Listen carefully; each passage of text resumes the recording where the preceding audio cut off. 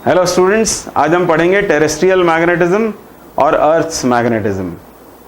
तो earth behaves as a magnetic dipole, तो उससे एसोसिएटेड जो मैग्नेटिक फील्ड है, जो मैग्नेटिज्म है, उसकी स्टडी कहलाती है टेरेस्ट्रियल मैग्नेटिज्म। तो study of magnetism of earth is called terrestrial magnetism. तो अर्थ मैग्नेटिक डायपोल जैसा बिहेव करती है, इसको हम कई सारे एक्सपेरिमेंट से वेरीफाई कर सकते हैं। कई सारे उसके एविडेंसेस हैं, उनमें से हम कुछ की बात करेंगे। जैसे किसी फेरोमैग्नेटिक सब्सटेंस की किसी ऑब्जेक्ट को डीप इनसाइड द अर्थ बरी कर दें तो it turns into a magnet, मतलब वो मैग्नेटाइज हो जाती है, यानी उसमें मैग्नेटिज्म इंड्यूस हो जाता है। तो इंडक्शन के लिए ज़रूर कोई ना कोई एक्सटर्नल फील्ड होगी। तो फील्ड किसकी है? अर्थ की। अर्थ की फील्ड ही उस आयरन नेल को मैग्नेटाइज कर देती है। ये पहला एविडेंस। दूसरा एविडेंस ये है कि किसी बार मैग्नेट को या मैग्नेटिक निडल को जब हम फ्रीली सस्पेंड करते हैं तो वो अपने आप को ज्योग्राफिकल नॉर्थ साउथ में अलाइन कर लेती है। अब उसका किसी स्पेसिफिक डायरेक्शन में अलाइन होना ये बता रहा है कि उसके ऊपर डिफ्लेक्टिंग टॉर्क आया होगा, और ये डिफ्लेक्टिंग टॉर्क है मतलब फिर कोई एक्सटर्नल फील्ड है। तो एक्सटर्नल फील्ड किसकी है? अर्थ की ही फील्ड। अर्थ की फील्ड उस पर डिफ्लेक्टिंग टॉर्क लगाकर मैग्नेट को अपनी डायरेक्शन में अलाइन कर लेती है। ये दूसरा एविडेंस। तीसरा एविडेंस ये है कि किसी बार मैग्नेट के आसपास हमको न्यूट्रल पॉइंट्स मिलते हैं। तो न्यूट्रल पॉइंट क्या होता है? जहाँ नेट मैग्नेटिक फील्ड जीरो हो, तो उस पॉइंट पर एक फील्ड तो उस बार मैग्नेट की होती है और दूसरी कोई ना कोई फील्ड होगी जो उस मैग्नेट की फील्ड को कैंसिल कर रही होगी, उससे इक्वल और ऑपोजिट होगी। वो फील्ड किसकी है? अर्थ की फील्ड। तो न्यूट्रल पॉइंट पर मैग्नेट ने प्रोड्यूस्ड फील्ड और अर्थ की फील्ड ये इक्वल ऑपोजिट हो जाती है और नेट फील्ड जीरो हो जाती है। तो अकरेंस ऑफ न्यूट्रल पॉइंट ये भी एक एविडेंस है कि earth behaves as a magnetic dipole. तो और भी आपको कई सारे एक्सपेरिमेंट्स ऐसे मिल जाएंगे जिसमें वेरीफाई होता है कि earth behaves as a magnetic dipole. अब ये इसका जो कॉज है, इसका जो ओरिजिन है अर्थ मैग्नेटिज्म का, इसके लिए टाइम टू टाइम बहुत सारी थ्योरीज पुटअप हुई, बहुत सारे साइंटिस्ट का इसमें कंट्रीब्यूशन है, पर आज भी हमको उसका एग्जैक्ट कॉज नहीं पता। ये सब थ्योरीज गैसिंग्स हैं, आज भी हम उसका सही कॉज नहीं जानते हैं। तो मैंने कुछ थ्योरीज यहाँ पर मेंशन की हुई हैं। ये आपसे एग्जाम में नहीं पूछा जाएगा, ये सिर्फ इंफॉर्मेशन के लिए आपकी। सबसे पहले डॉक्टर विलियम गिलबर्ट ने बताया कि presence of large quantity of magnetite is responsible for earth magnetism. पर बाद में पता लगा कि अर्थ में लार्ज क्वांटिटी में तो फेरोमैग्नेटिक सब्सटेंसेस होते हैं, और अर्थ क्रेस्ट का टेम्परेचर इतना ज़्यादा होता है कि वो फेरोमैग्नेटिक सब्सटेंसेस अपना मैग्नेटिज्म रिटेन ही नहीं कर पाएंगे, और इसीलिए ये थ्योरी डिस्कार्ड हो गई। 1676 में बॉन्ड ने बताया कि earth is surrounded by a magnetic sphere. 62 में हैली ने बताया कि earth consist of two magnetic shells having different rate of rotation. तो इन दोनों थ्योरीज में तो कोई लॉजिक ही नहीं था। सर बुलार्ड और एलेजर, इंग्लैंड और यूएसए के साइंटिस्ट, इन्होंने बताया कि electric current is responsible for magnetism. Electric current in the earth's liquid core at a depth of nearly 3000 kilometre is responsible for magnetism. तो ये थोड़ी लॉजिकल थ्योरी थी, मोस्ट लाइकली यही कॉज उसका होना चाहिए।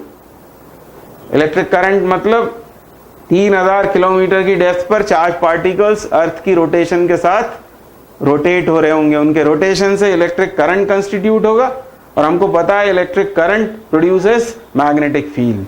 तो हम इसको उसका कॉज या ओरिजिन मान सकते हैं अर्थ मैग्नेटिज्म का। ये सब थ्योरीज थी, अलग अलग साइंटिस्ट अलग अलग बात कर रहे थे, पर इस बात में सब एक मत थे कि earth behaves as a magnetic dipole. अब अर्थ मैग्नेटिज्म को समझने के लिए हम एक मॉडल बना लेते हैं।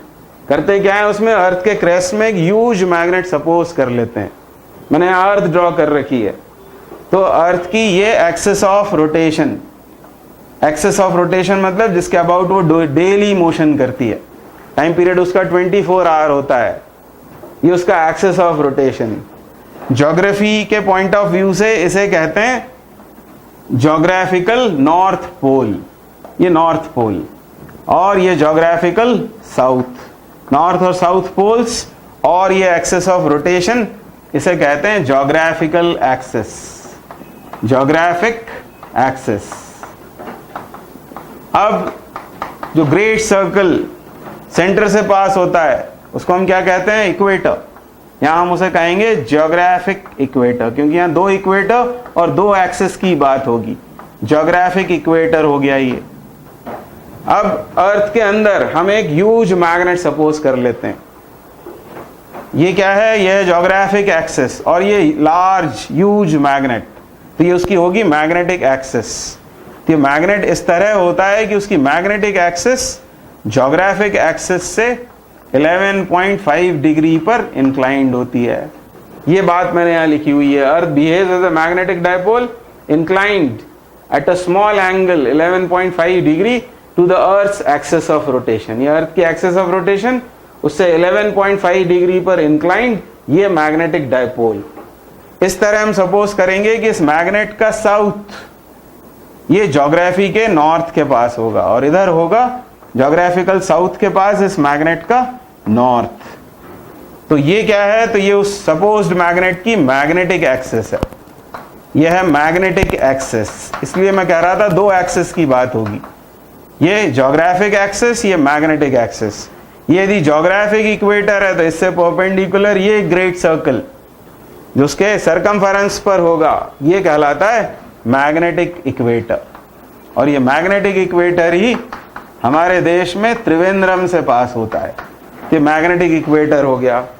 और ये जो एंगल बता रहे हैं हम 11.5, ये बदलता रहता है, प्लेस टू प्लेस भी चेंज होता है और टाइम के साथ में भी चेंज होता है।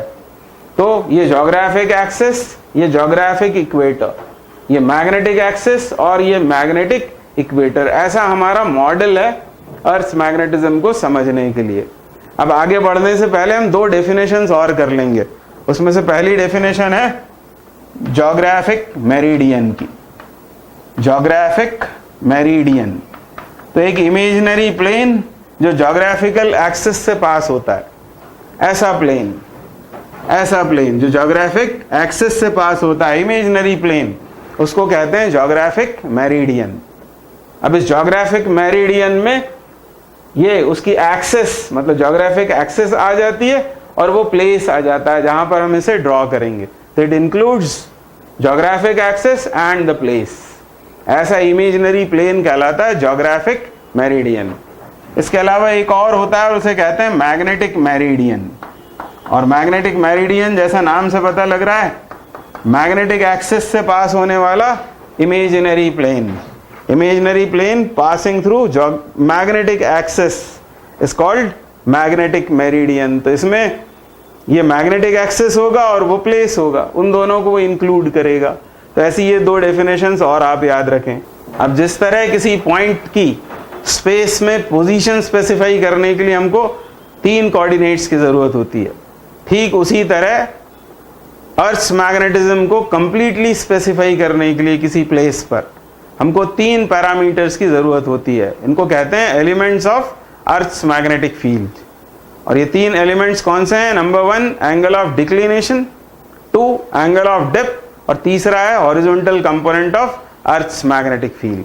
तब हम एलिमेंट्स ऑफ अर्थ्स मैग्नेटिज्म की बात करेंगे। अब एलिमेंट्स ऑफ अर्थ्स मैग्नेटिज्म में पहला एलिमेंट है एंगल ऑफ डिक्लिनेशन, उसकी बात करेंगे। एंगल ऑफ डिक्लिनेशन, तो इसे हम एंगल अल्फा से डिनोट करेंगे। Angle of declination denoted by alpha.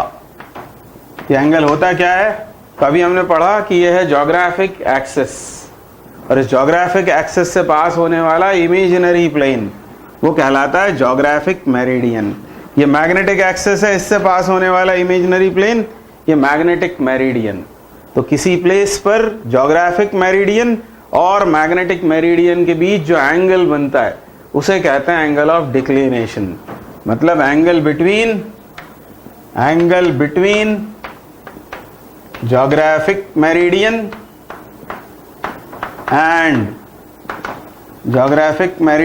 And magnetic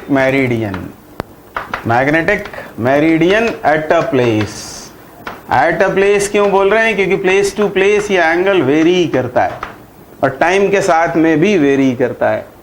अब वापस इस फिगर पर आते हैं। ये ज्योग्राफिकल नॉर्थ, ये ज्योग्राफिकल साउथ, और ज्योग्राफिक नॉर्थ के पास इस मैग्नेट का, इस मैग्नेटिक डायपोल का साउथ दिखाई दे रहा है। मतलब इस पॉइंट को हम कहा करेंगे मैग्नेटिक साउथ और इसे कहेंगे हम मैग्नेटिक नॉर्थ। इस ज्योग्राफिक साउथ के पास इस पॉइंट को मैग्नेटिक नॉर्थ और इसे मैग्नेटिक एक्सिस। अब किसी मैग्नेटिक निडल को जब हम फ्रीली सस्पेंड करेंगे तब वो मैग्नेटिक एक्सिस की डायरेक्शन में अलाइन हो जाती है, ना कि ज्योग्राफिक एक्सिस की डायरेक्शन में। वो हमेशा इस तरह स्टे करेगी। ऐसे ही यहाँ दो फिगर्स मैंने दिखाए हुए हैं। ये है ज्योग्राफिक नॉर्थ साउथ, ये ज्योग्राफिक नॉर्थ साउथ डायरेक्शन, और एक मैग्नेटिक निडल को हमने सस्पेंड किया है। तो वो या तो रुकेगी इस तरह मतलब उस निडल का नॉर्थ, वो नॉर्थ ज्योग्राफिक नॉर्थ से ईस्ट साइड में होगा, या फिर उस कंपस निडल का नॉर्थ ज्योग्राफिक नॉर्थ से वेस्ट साइड में होगा। या तो वो इस तरह रुकती है या फिर इस तरह रुकती है। दो तरह से वो रुक सकती है। और ये एंगल जो अल्फा दिखाया है यही एंगल ऑफ डिक्लिनेशन है, क्योंकि मैग्नेटिक निडल स्टे करती है मैग्नेटिक एक्सिस की डायरेक्शन में। तो ये जो प्लेन होगा ये मैग्नेटिक मेरिडियन, ये ज्योग्राफिक मेरिडियन होगा, इनके बीच ये एंगल फॉर्म होगा। तो ये अल्फा बता रहा है हमको एंगल ऑफ डिक्लिनेशन। तो इसको दो तरह से एक्सप्रेस किया जाता है। यदि उस मैग्नेट का कंपस निडल का नॉर्थ ज्योग्राफिक नॉर्थ से ईस्ट साइड में स्टे कर रहा होता है तब हम उसे एंगल ऑफ डिक्लिनेशन को इस तरह एक्सप्रेस करते हैं। Angle of declination alpha is alpha degree east of north. इस केस में एंगल ऑफ डिक्लिनेशन को हम ऐसा कहेंगे alpha degree east of north, और इस केस में हम इसे ऐसा कहेंगे alpha degree west of north. तो दो ही तरीके हैं जिनसे हम एंगल ऑफ डिक्लिनेशन को एक्सप्रेस करते हैं, alpha degree east of north या फिर वेस्ट ऑफ नॉर्थ। अब इस एंगल ऑफ डिक्लिनेशन की इंपॉर्टेंस क्या है?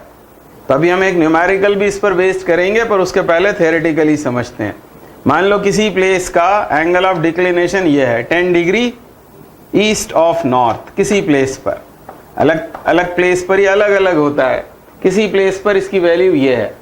तो इसका मतलब यह है कि यदि मैग्नेटिक निडल हम स्टे करवाएंगे, वहां सस्पेंड करेंगे, तो वो मैग्नेटिक निडल नॉर्थ से, ज्योग्राफिक नॉर्थ से 10 डिग्री ईस्ट की तरफ रुकेगी। मतलब इस तरह वो रुकेगी, ये डिग्री में होगा 10 डिग्री एंगल, इस तरह वो मैग्नेटिक निडल स्टे कर रही होगी। अब यदि हम इसे नॉर्थ मानते हुए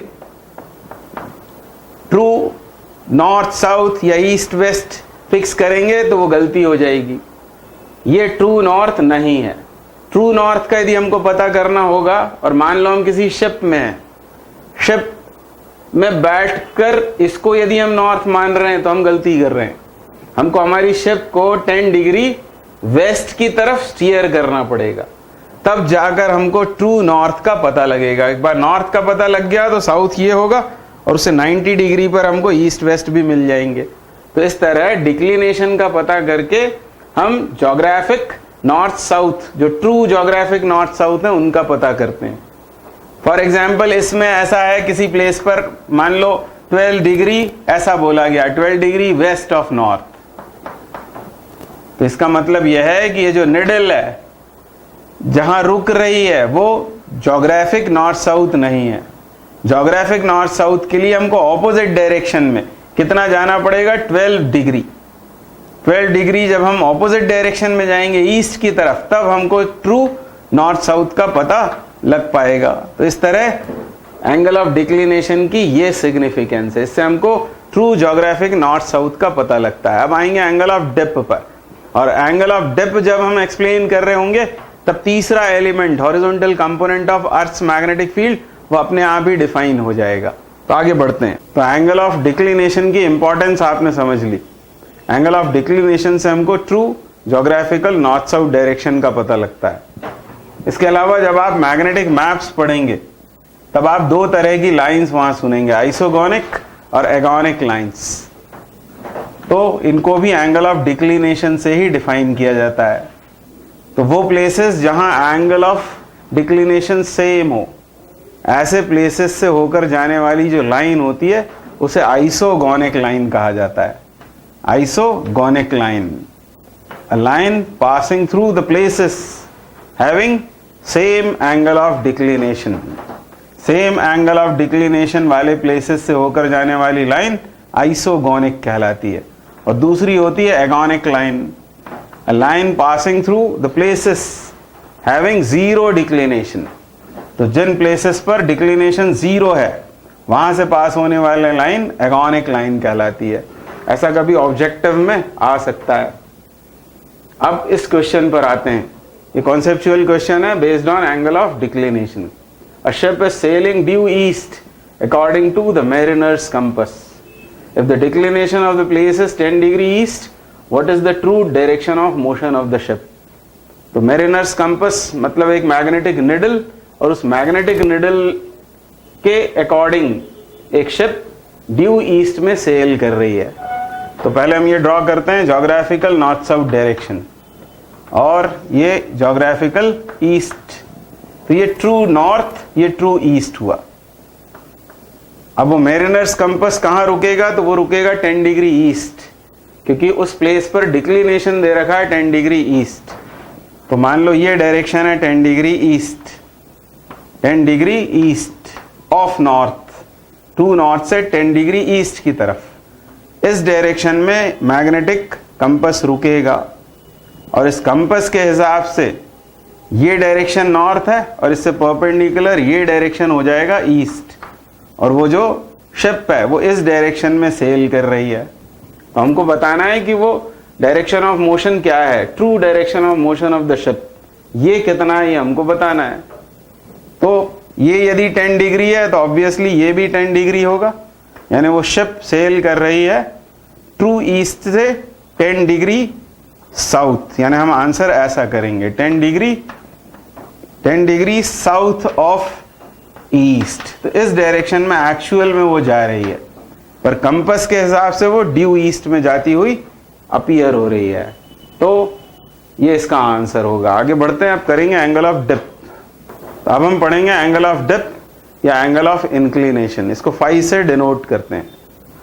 अब इसको पढ़ने से पहले एक इंपॉर्टेंट बात पहले समझ लेते हैं, वो ये कि फ्रीली सस्पेंडेड मैग्नेट क्या होती है। तो freely suspended magnet is that which can rotate in horizontal as well as in vertical plane। तो ऐसी मैग्नेटिक निडल या मैग्नेट जो हॉरिजॉन्टल और वर्टिकल दोनों प्लेन्स में मूव करने के लिए या रोटेट होने के लिए फ्री है, उसको कहते हैं freely suspended magnet. For example जो हमारा सीलिंग फैन होता है उसके ब्लेड्स केवल हॉरिजॉन्टल प्लेन में रोटेट हो सकते हैं, वर्टिकल में नहीं। और यदि वो वॉल पर माउंटेड कोई फैन है तो उसके ब्लेड्स वर्टिकल में रोटेट होते हैं, हॉरिजॉन्टल में नहीं हो पाते। पर हम यहाँ एक ऐसी मैग्नेट की बात कर रहे हैं जो हॉरिजॉन्टल प्लेन में भी रोटेट हो सकता है और वर्टिकल प्लेन में भी रोटेट हो सकता है। ऐसी ही एक मैग्नेटिक निडल मैंने यहाँ ड्रॉ कर रखी है। यह है कोई मैग्नेटिक निडल, ये उसका नॉर्थ पोल है और उसकी सीजी से एक वायर हमने वेल्ड करके उसे फ्रीली सस्पेंड कर दिया है। तो ऐसे किसी मैग्नेट की हम बात करेंगे। और यदि आपको एंगल ऑफ डिप समझना है या एंगल ऑफ इंक्लिनेशन समझना है तो बहुत आसान होगा यदि आप इस तरह उसे समझेंगे कि जब किसी मैग्नेट को फ्रीली सस्पेंड करते हैं तो पहले वो रोटेट होकर मैग्नेटिक मेरिडियन में आती है और फिर हॉरिजॉन्टल से डिप हो जाती है। इसको आप याद कर लें, बहुत important statement. When a magnet is suspended freely, first it rotates, aligns itself in magnetic meridian and then dips. Dip का मतलब झुक जाती है और इसलिए हिंदी में इसको नमन कोण भी कहते हैं। तो इस बात को यदि आपने याद रखा तो एंगल ऑफ डिप आपके लिए बहुत आसान होगा। जैसे यहां पर इस फिगर में ये मैंने बना रखा है मैग्नेटिक मेरिडियन और इससे अल्फा एंगल पर ये दूसरा प्लेन ये है ज्योग्राफिकल मेरिडियन या अल्फा एंगल ऑफ डिक्लिनेशन है। ये ज्योग्राफिकल नॉर्थ डायरेक्शन है और ये है मैग्नेटिक साउथ, क्योंकि जिधर ज्योग्राफिकल नॉर्थ होता है उस तरफ मैग्नेट का साउथ होता है, वो अंदर जो हम मैग्नेटिक डायपोल अज्यूम करते हैं। अब जैसा मैंने कहा, आपको सोचना कैसा है, यूं सोचेंगे कि इस मैग्नेटिक निडल जो फ्रीली सस्पेंडेड है, फाइनली उसको रुकना है रिजल्टेंट फील्ड की डायरेक्शन में। अर्थ की जो फील्ड होगी, रिजल्टेंट फील्ड किसी प्लेस पर, उसकी डायरेक्शन में उसे अलाइन होना है। और इसके लिए ही पहले वो क्या करती है, घूमती है, रोटेट होती है, मैग्नेटिक मेरिडियन में आती है और फिर झुक जाती है, जैसा मैंने यहां शो कर रखा है। एक मैग्नेटिक निडल यदि हम फ्रीली सस्पेंड करेंगे ऐसे, तो पहले वो घूम कर आएगी मैग्नेटिक मेरिडियन में, और इधर मैग्नेटिक साउथ है तो इस तरफ कहीं उसका होगा नॉर्थ, वो बाहर से सस्पेंडेड मैग्नेट का। और फिर वो हॉरिजॉन्टल से जिस एंगल पर झुक जाएगी, उस एंगल को ही कहते हैं हम एंगल ऑफ इंक्लिनेशन या एंगल ऑफ डिप। तो ये फाई है एंगल ऑफ डिप, और ये इस तरह से झुकी हुई है हॉरिजॉन्टल के साथ में। किस डायरेक्शन में? रिजल्टेंट फील्ड की डायरेक्शन में। तो इसकी डेफिनेशन तो इस तरह से की जाती है, angle between earth resultant magnetic field and horizontal direction.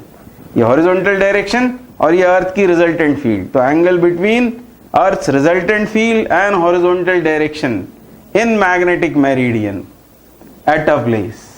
तो ये दो जरूरी बातें हैं, इन magnetic meridian at a place. At a place क्यों कह रहे हैं? क्योंकि अलग अलग प्लेस पर इसकी वैल्यू अलग अलग होती है, वेरी करती है, और टाइम के साथ में भी वेरी करती है।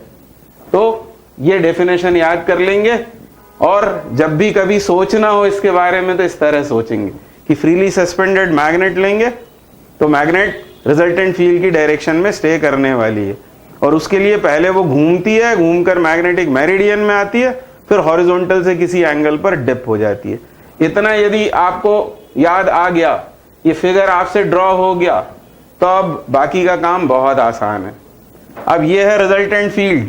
अब हम अपने वेक्टर्स के स्केल्स लगाएंगे। ये एंगल यदि फाई है तो इस रिजल्टेंट फील्ड का इधर कंपोनेंट क्या होगा? तो आप बोलेंगे ये होगा I cos phi, obviously cosine component इस रिजल्टेंट फील्ड का। और ये क्या होगा?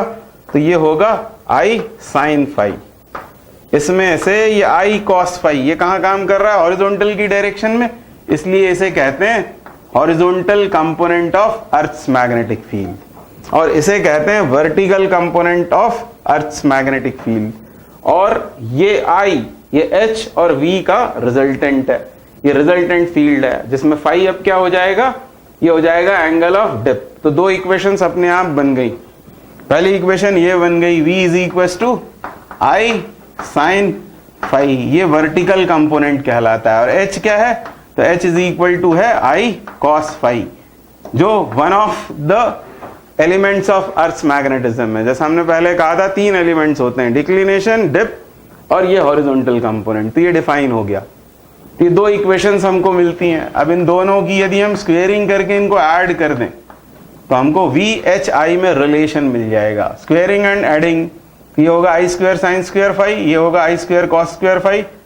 Squaring and adding, squaring and adding, तो क्या हो जाएगा इधर? ये हो जाएगा आई स्क्वायर RHS में, और LHS में हो जाएगा V square plus H square. तो ये तीनों में रिलेशन हो गया, यानी आई इक्वल टू होता है root of V square plus H square. एक तो ये रिलेशन आया। दूसरा, यदि हम इक्वेशन 1 को 2 से डिवाइड कर दें, डिवाइडिंग 1/2, तो हमको मिलेगा tan फाई, मतलब एंगल ऑफ डिप का टेंजेंट ये किसके बराबर हो जाएगा? ये होगा v/h के। ये दूसरी इक्वेशन या दूसरा फॉर्मूला आप याद रखेंगे। तो v/h बराबर होता है tan फाई। तो किसी प्लेस का यदि आपको एंगल ऑफ डिप पता हो, वर्टिकल कंपोनेंट पता हो, निकल आएगा, या फाई और एच पता होने पर v मालूम पड़ जाएगा। तो ये दो इक्वेशंस, इसमें कितनी क्वांटिटीज इन्वॉल्व हो गई हैं? v, h, i और फाई। तो इनमें से कुछ दी होती है, दूसरी फाइंड आउट करने के लिए हम इन इक्वेशंस का इस्तेमाल करते हैं। तो ये हुआ एंगल ऑफ डिप, उसमें से h हो गया हॉरिजॉन्टल कंपोनेंट और v हो गया वर्टिकल कंपोनेंट। अब एक इंपॉर्टेंट बात, अब जैसे आप बात करेंगे डिफ्लेक्शन मैग्नेटोमीटर की, तो डिफ्लेक्शन मैग्नेटोमीटर की मैग्नेट केवल हॉरिजॉन्टल में मूव करने के लिए फ्री होती है, तो उसके ऊपर काम करेगा केवल h, v उस पर वर्क नहीं करेगा। अब डिप सर्कल की आप बात करेंगे तो उस पर केवल v काम करता है, h काम नहीं करेगा। और ये थी फ्रीली सस्पेंडेड, और इसलिए इसके ऊपर एच भी काम कर रहा था और वी भी, और एच और वी दोनों काम कर रहे थे, इसलिए वो रिजल्टेंट की डायरेक्शन में स्टे कर रही थी। तो ये बात हमारी जस्टिफाई होती है कि वो मैग्नेट पहले घूम कर आती है मैग्नेटिक मेरिडियन में और फिर हॉरिजॉन्टल से किसी एंगल पर झुक जाती है, जिसे एंगल ऑफ डिप कहते हैं। अब ये रिलेशंस डिराइव करने के बाद एंगल ऑफ डिप के बारे में कुछ इंपॉर्टेंट बातें हमको समझनी है। उसमें से पहली बात, हम बात कर रहे हैं मैग्नेटिक पोल्स पर और मैग्नेटिक इक्वेटर पर, at magnetic poles and at magnetic equator. इन दो स्पेसिफिक पोजीशंस में हम बात कर रहे हैं। तो मैं आपको अपना पुराना फिगर याद दिलवाता हूं। ये थी अर्थ और ये ज्योग्राफिक एक्सिस, ये ज्योग्राफिक इक्वेटर, ये मैग्नेटिक एक्सिस थी और ये मैग्नेटिक इक्वेटर। ऐसी थी हमारी मैग्नेट। और यदि यहां था ज्योग्राफिकल नॉर्थ तो यहां होता था मैग्नेटिक साउथ, और यह है ज्योग्राफी का साउथ और यहां मैग्नेट का नॉर्थ। यहां होता है नॉर्थ पोल उसका, ये साउथ। अब इसकी यदि ये मैग्नेट है, डायपोल है, तो इसकी मैग्नेटिक लाइंस होंगी, और मैग्नेटिक लाइंस हमेशा नॉर्थ से बाहर निकलती हैं और साउथ पर जाती हैं और साउथ से अंदर चली जाती हैं। अब यदि यहां ध्यान दें आप पोल्स पर, तो आप देख रहे हैं कि रिजल्टेंट फील्ड हॉरिजॉन्टल से कैसी है, परपेंडिकुलर। तो हॉरिजॉन्टल से यदि परपेंडिकुलर है तो यहां पर डिप का वैल्यू क्या होगा, तो यहां पर angle of dip, magnetic poles की हम बात कर रहे हैं, तो मैग्नेटिक पोल्स पर एंगल ऑफ डिप होगा 90 डिग्री। और मैग्नेटिक इक्वेटर पर क्योंकि ये फील्ड लाइंस हॉरिजॉन्टल से पैरेलल हैं और इसलिए फाई होगा 0। तो at magnetic poles angle of dip is 90, at magnetic equator it is 0। तो इसलिए फिर V और H क्या क्या होंगे, V और H, V क्या होता है, तो V याद आएगा आपको, परपेंडिकुलर वाला होता है तो साइन फाई, और H बराबर होता है I cos फाई। यहां पर हम फाई की वैल्यूज डाल देंगे। तो मैग्नेटिक पोल्स पर यदि हम यहां 90 सब्सटीट्यूट करें तो क्या आएगा, यहां 90 डालेंगे यहां पर तो 1 आएगा, V इक्वल्स टू I। तो मैग्नेटिक पोल्स पर केवल वर्टिकल कंपोनेंट होता है और वो टोटल फील्ड के बराबर होता है। और H में यहां पर फाई 90 डालेंगे तो cos 90 0, यानी हॉरिजॉन्टल कंपोनेंट नहीं होता। ये बात करी हमने मैग्नेटिक पोल्स की। और इक्वेटर पर क्या होगा, साइन 0 इज 0, तो वर्टिकल 0 होगा and horizontal will be equal to total field at equator. तो ये आप और याद कर लेंगे, ये पहली बात हुई। अब दूसरा होता है true dip and apparent dip के बारे में। उसके ऊपर बहुत सारे न्यूमेरिकल प्रॉब्लम्स बनते हैं, तो हम अभी न्यूमेरिकल प्रॉब्लम्स के साथ साथ उसको भी समझ लेंगे, true dip and apparent dip. आगे बढ़ते हैं, अब कुछ प्रॉब्लम्स करेंगे। अब ये एक numerical problem, a dip circle is so set that it moves freely in magnetic meridian, shows angle of dip equal to 45 degree. Now the dip circle is rotated through 30 degree. What value of dip will the needle show now? तो question based है true dip and apparent dip पर। अब इस सवाल को करने से पहले हम थोड़ा सा समझ लेते हैं डिप सर्कल क्या होता है। तो डिप सर्कल मतलब एक वर्टिकल प्लेन में मूव करने वाली मैग्नेटिक निडल होती है और उसके साथ एक एंगुलर स्केल जुड़ा हुआ रहता है। तो बेसिकली ये होता है डिप सर्कल, एक magnetic needle which is free to move in vertical plane attached with an angular scale, ये डिप सर्कल। अब जब डिप सर्कल के प्लेन को मैग्नेटिक मेरिडियन में रख देते हैं तो ये निडल हॉरिजॉन्टल से कुछ एंगल पर झुक जाती है, यानी सीधे इससे हम मेजर कर सकते हैं एंगल ऑफ डिप। मान लो इसको फाई कहें तो एंगल फाई हमको बतला रहा होता है एंगल ऑफ डिप उस प्लेस का, बशर्ते डिप सर्कल मैग्नेटिक मेरिडियन में हो। तो सवाल में भी हमसे यही कहा है, dip circle is so set that it moves freely in magnetic meridian. हम मान लेते हैं कि यह है मैग्नेटिक मेरिडियन, और मैग्नेटिक मेरिडियन में जब डिप सर्कल को हमने सेट किया है तो एंगल ऑफ डिप 45 डिग्री आ रहा है। तो पहले हम इसे अलजेब्रिकली सॉल्व करते हैं और फिर वैल्यूज पुट करके आंसर फाइंड आउट करेंगे।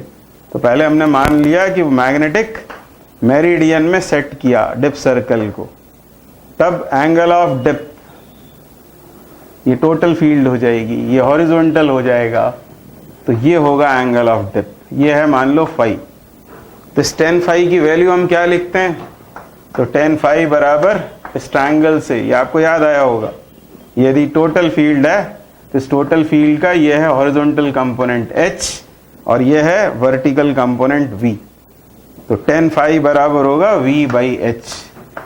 ये बात हो गई ट्रू डिप की, ये है ट्रू डिप, जैसा कि इस क्वेश्चन में दे रखा है 45। अब आगे क्या कह रहे हैं कि डिप सर्कल को रोटेट किया 30 डिग्री से। डिप सर्कल को रोटेट किया मतलब अब किसी और प्लेन में वो मैग्नेटिक निडल सस्पेंडेड हो गई है, नॉट इन मैग्नेटिक मेरिडियन।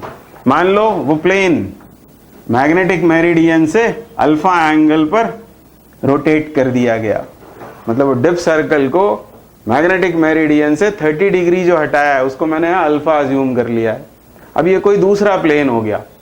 अब इस दूसरे प्लेन में यदि हम V और H की बात करें तो V और H में से V तो नहीं बदलेगा, V तो जितना इस प्लेन में उतना ही इस प्लेन में होगा, V की वैल्यू अनचेंज रहती है, H का जरूर इधर कंपोनेंट आएगा। अब और इस वेक्टर का इधर कंपोनेंट क्या हो जाएगा, तो ये हो जाएगा H cos अल्फा, मतलब उस प्लेन में अब एंगल ऑफ डिप बदल जाएगा। मान लो वो है tan फाई डैश। ये अपन बात करने लगे अब अपैरेंट डिप की, अपैरेंट डिप। तो अब हम बात करेंगे फाई डैश की, मतलब tan फाई डैश। तो जैसा मैंने कहा कि वर्टिकल कंपोनेंट तो अनचेंज रहा, हॉरिजॉन्टल कंपोनेंट कितना हो गया इंस्टेड H, वो हो गया H cos अल्फा। और यदि इस इक्वेशन 1 में से V/H की वैल्यू यहां डाल दी जाए तो हमको ट्रू डिप और अपैरेंट डिप में रिलेशन मिल जाएगा। Therefore from 2 tan phi dash मतलब टेंजेंट ऑफ अपैरेंट डिप, इसको अपैरेंट डिप कहते हैं, tan फाई डैश V/H की जगह हम क्या डाल देंगे, tan phi, tangent of true dip upon cos alpha. तो इस अल्फा को अब याद रखेंगे आप, अल्फा क्या है, मैग्नेटिक मेरिडियन और उस नए प्लेन उनके बीच का एंगल। तो ये फॉर्मूला हम याद कर लेंगे, tan phi dash is equal to tan phi upon cos alpha. ये आपको न्यूमेरिकल्स में बहुत मदद करेगा। तो ये तो हुई थ्योरी।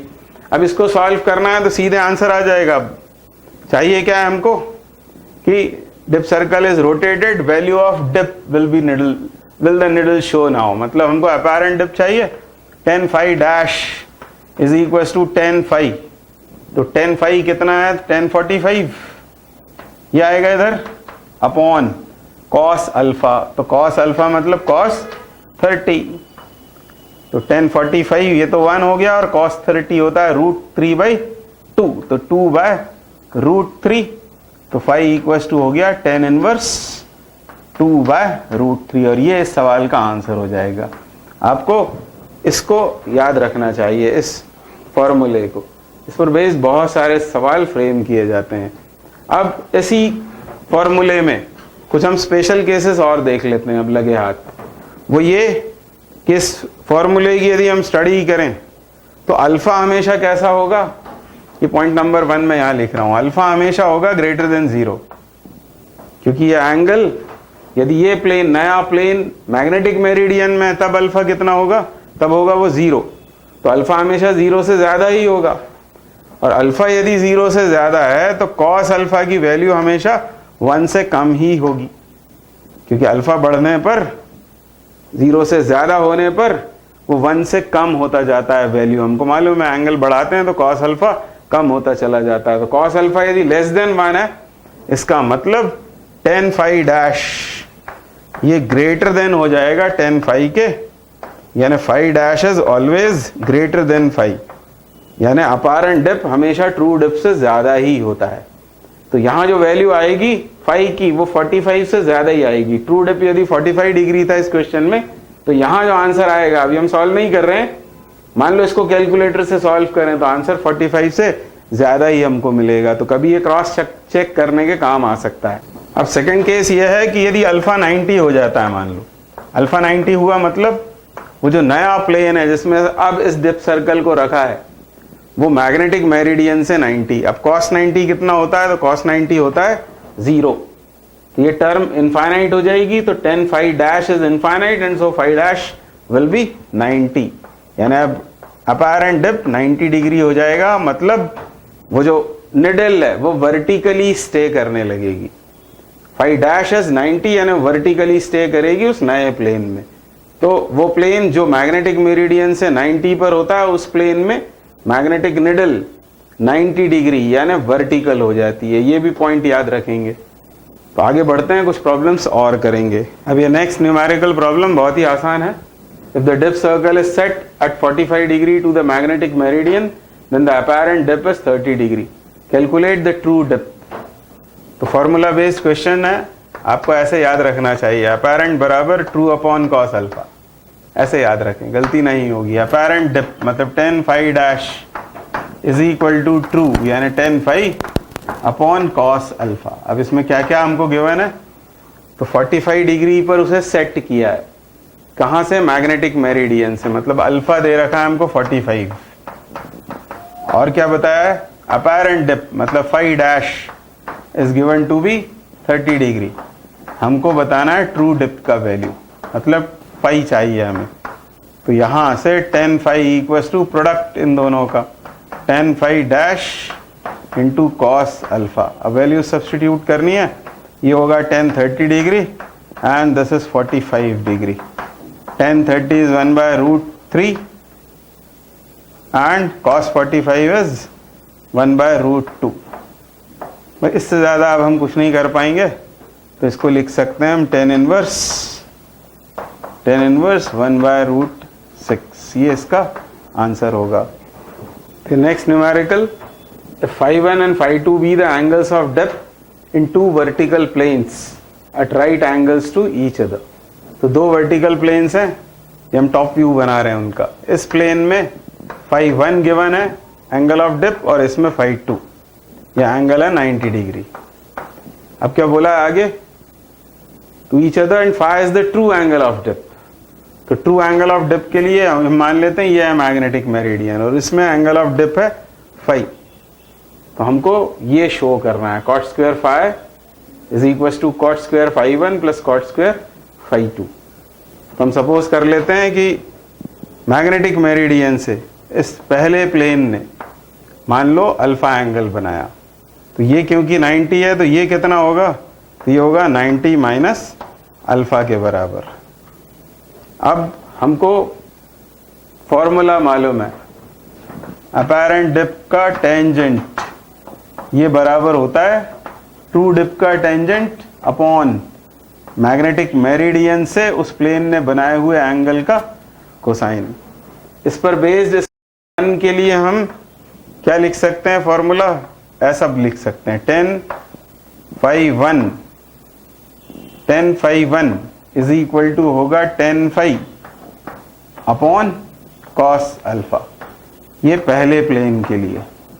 इसी तरह इस दूसरे प्लेन के लिए क्या लिखेंगे, tan phi 2 इक्वल टू होगा tan phi अपॉन कॉस। अब इसके साथ कितना एंगल फॉर्म हो रहा है, 90 माइनस अल्फा, और कॉस 90 माइनस अल्फा होता है साइन अल्फा, तो यहां आ गया ये sine alpha is equal to tan phi 2, ये equation 2।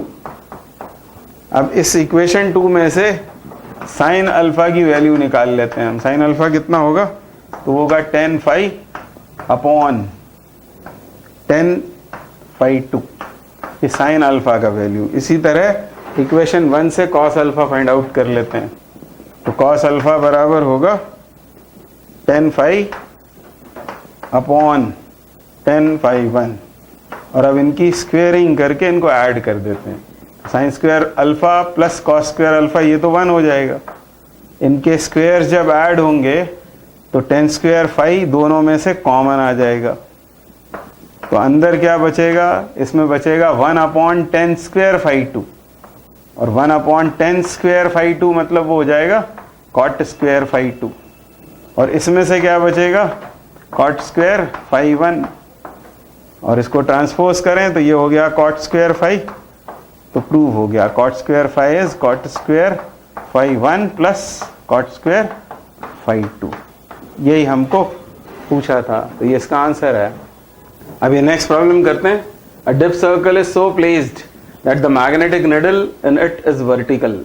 The circle is then rotated through alpha degree about a vertical axis and angle of dip measured in this position is found to be delta.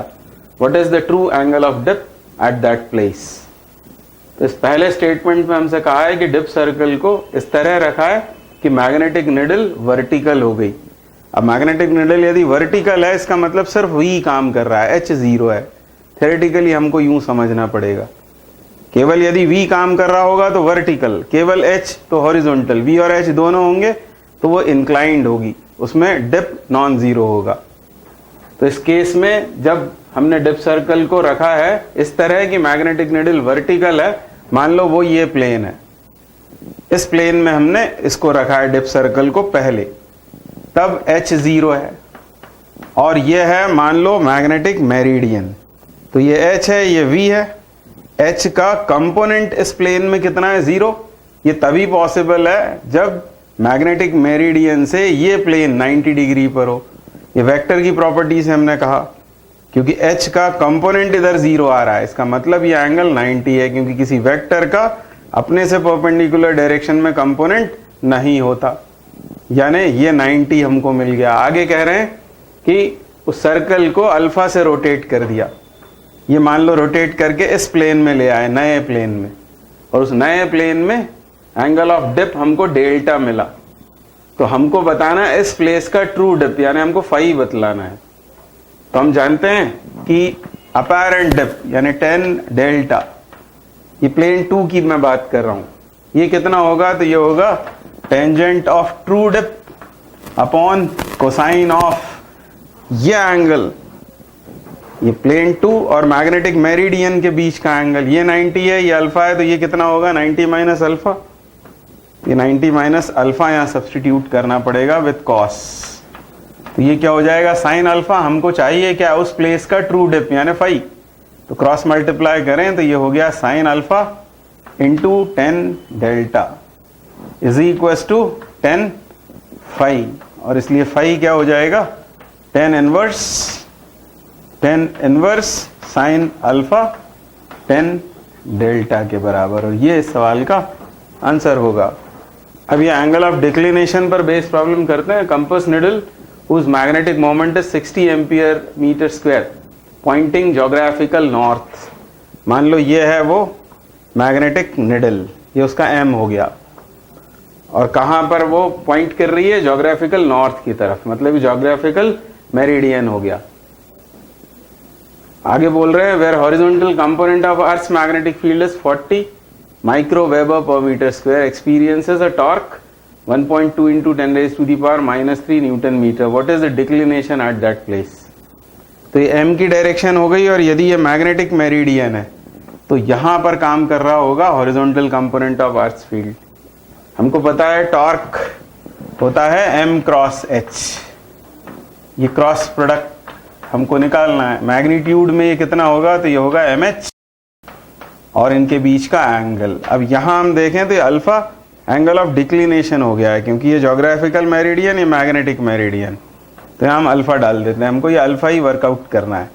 Tau कितना है? 1.2 into 10 raise to the power minus 3. Magnetic moment दिया है 60 और horizontal component ये दे रखा है 40, और वो माइक्रो में है इसलिए -6 इंटू साइन अल्फा. तो हमको साइन अल्फा यहाँ से कैलकुलेट करना है. तो sine alpha will be 1.2 into 10 raise to the power minus 3 upon 60 into 40 into 10 raise to the power -6. तो ये 2 जीरोस कम कर दें तो ये हो जाएगा 10 रेज टू दी पावर -4, और इसको ऊपर ले जाएं तो 10 बनेगा, जो उसको 12 बना देगा. ये सब खत्म, यहाँ आएगा 24, यानी ये हुआ half. Therefore alpha is clearly 30 degree, यानी उस प्लेस पर एंगल ऑफ डिक्लिनेशन 30 डिग्री है. ये इसका आंसर.